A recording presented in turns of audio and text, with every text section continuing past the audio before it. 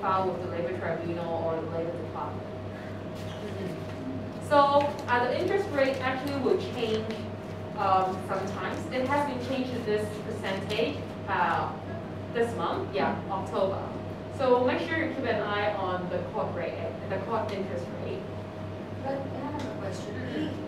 Would it still be same calculation even though the employer only doesn't pay you for 1 month's salary? It will be calculated, for example, it's per year. This rate is per year, right? So your salary times this percentage times 1/12. That's the interest you will get because it's only 1 month, right? So if your employer fails to pay you 1 month within 1 month, then you're considered to be terminated by your employer without notice. So it's constructive dismissal. So you don't have to give 1 month notice to leave because it's 1 month due the wages. So can someone tell me why example 1 there's no breach of law by the employer?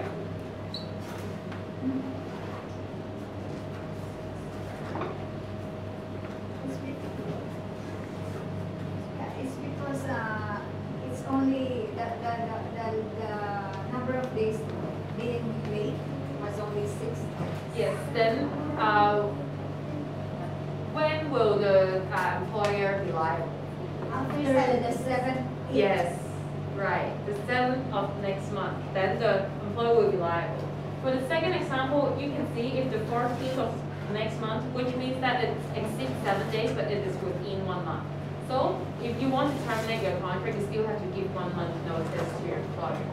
But then if you see example 3, that's the situation where you are considered to be terminated by your employer without notice, right?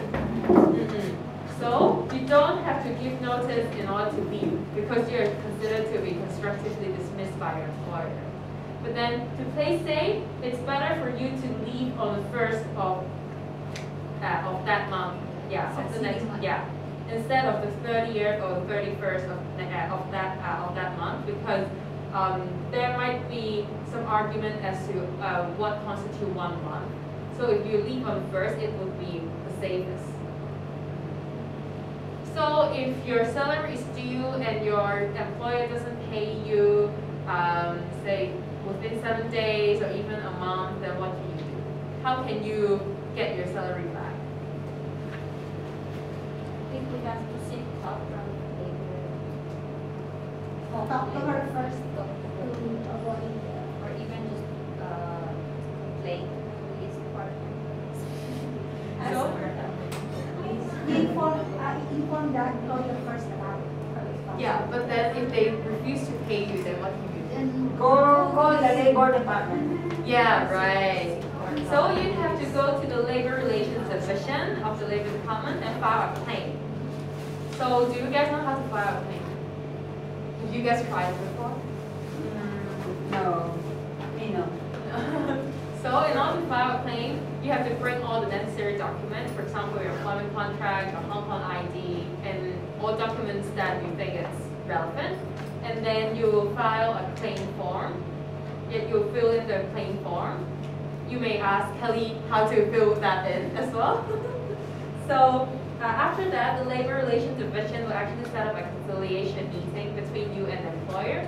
But then if that meeting fails, you can bring your claim to the Labor Tribunal or the Minor Employment Claims Adjudication Board. So how do you decide the jurisdiction? So if you bring, if the amount is smaller than 8,000, oh, if 15,000, then you actually bring your claim to the Labor Tribunal if that's more than 15,000.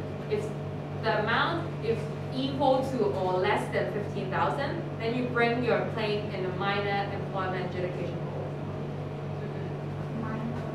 Minor Employment Claims Adjudication Board.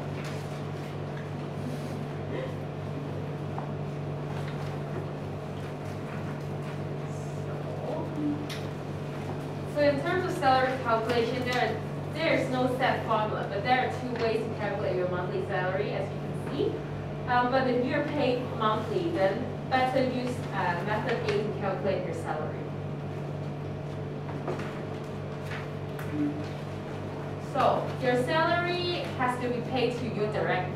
So your employer cannot pay to the agency and then the agency transfers that to you. It must be paid to you directly. Otherwise, you can demand your employer to pay you again, even though they has paid the agency.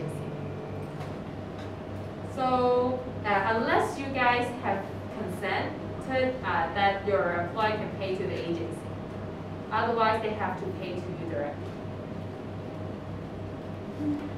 And also, the employer cannot demand you to use your wages in a certain way. So it is you who will decide how to use the wages. Okay, then in terms of salary deduction, there are some situations under the employment ordinance whereby your employer can actually deduct your wages legally. So the first situation is absence from work, which is not a holiday or your sick leave. So if you're absent from work, say like 2 days, then 2 days of your salary will be deducted in your monthly salary. And there is no maximum limit to that. So like if you're absent for a month without reason, then no salary. So the second situation is you have caused damages to the goods, to your employer's goods, or lost your employer's money. So do you guys know what is the maximum? 300. Right. Okay. So as you can see the example, if it's I have a question. Because there's some misunderstanding. Let's say some people think pay damage is about, let's say, 10,000 worth of something. Is it really, we really need to pay 300 only, or we need to pay 10,000 and just deduct 3,000? Only 300. 300, yeah. At maximum. Because some people said you need to pay the 10,000 and 300 monthly deduction. Oh no. No. It can only be deducted once for one item. Cannot above 300. You don't pay above 300. Yeah. Just the maximum of 300. Yeah. No matter Okay. the amount. What? Yes. For one Now, item. because people always ask me if I damage said very beautiful gas stove worth the 10,000, I should pay the 10,000. No, way. just 300. No. Yeah. No way. She always 10,000. How can you pay 10,000? Yeah, Just to scare you. Yeah. That's why it's your loss because you don't know the law. Mm-hmm. No, I know that already, but I just want to make sure. Say 100%. Yeah. So, but then if like it's only worth $50, then you cannot be then no 300 can be deducted. 50 is the maximum. So yeah, as you can see. But then if more than one item is damaged, the maximum deduction is 1/4 of your monthly salary. So if you can see, like if you broke 4 items, all of the 4 items actually worth 900 per item. Then the maximum would be 300 times 4 items, which is 12,000, right? But then your employer can only deduct $1182.5 within that month, right? So the remaining amount, which is 12,000 minus the 1182.5, that excess amount can be deducted in your next month's salary. So they cannot deduct it on once. No, it's not, because it exceeded the maximum amount that your employer can deduct. But then, if your employer chooses not to deduct the excess amount in your next month's salary, they can actually file a claim in the small claims tribunal instead. So there are 2 ways to pursue the excess amount. One is to deduct from your next month's salary, and I need to clarify on this. What I mean by the small claims tribunal is like your example. If you break something $10,000, then the employer can only deduct 300 from your salary, but the rest the employer actually can pay you at the small claims. Oh. Yeah, but it's a different standard because under employment ordinance, once you break because your mistake, then the employer can deduct. Yeah, but in the small claims tribunal, it will be a different standard. Yeah, so it's about negligence. You also something as maybe she will be more familiar because she's a lawyer. Yeah, but in the small claims tribunal, it's more thing for the employer to prove. Yeah. then if the employee can prove that it's your mistake, it's your fault, it's no employee's fault at all, then the small claims might ask you to pay back the rest of the 10,000. So it's not saying that, oh, I can just break anything and I only have to pay you. You need to bear in mind that the employer has a right to bring you to the other. Yeah. Yeah. But in reality, of course, if you break something that is only $500 and then employee deduct 300 from your salary, the remaining 200, I don't think employer will bother to go to court to get you. But if something worth 10,000, maybe employer will think about going to the court. Yeah. The reality is like this. So don't just break anything you think is worth.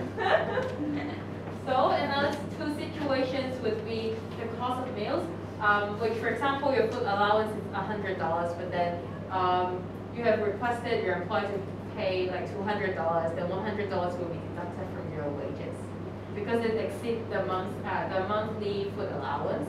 And another situation is the cost of accommodation. But this does not apply to you because in your contract it said that your employer has to provide you free accommodation. Which clause is that?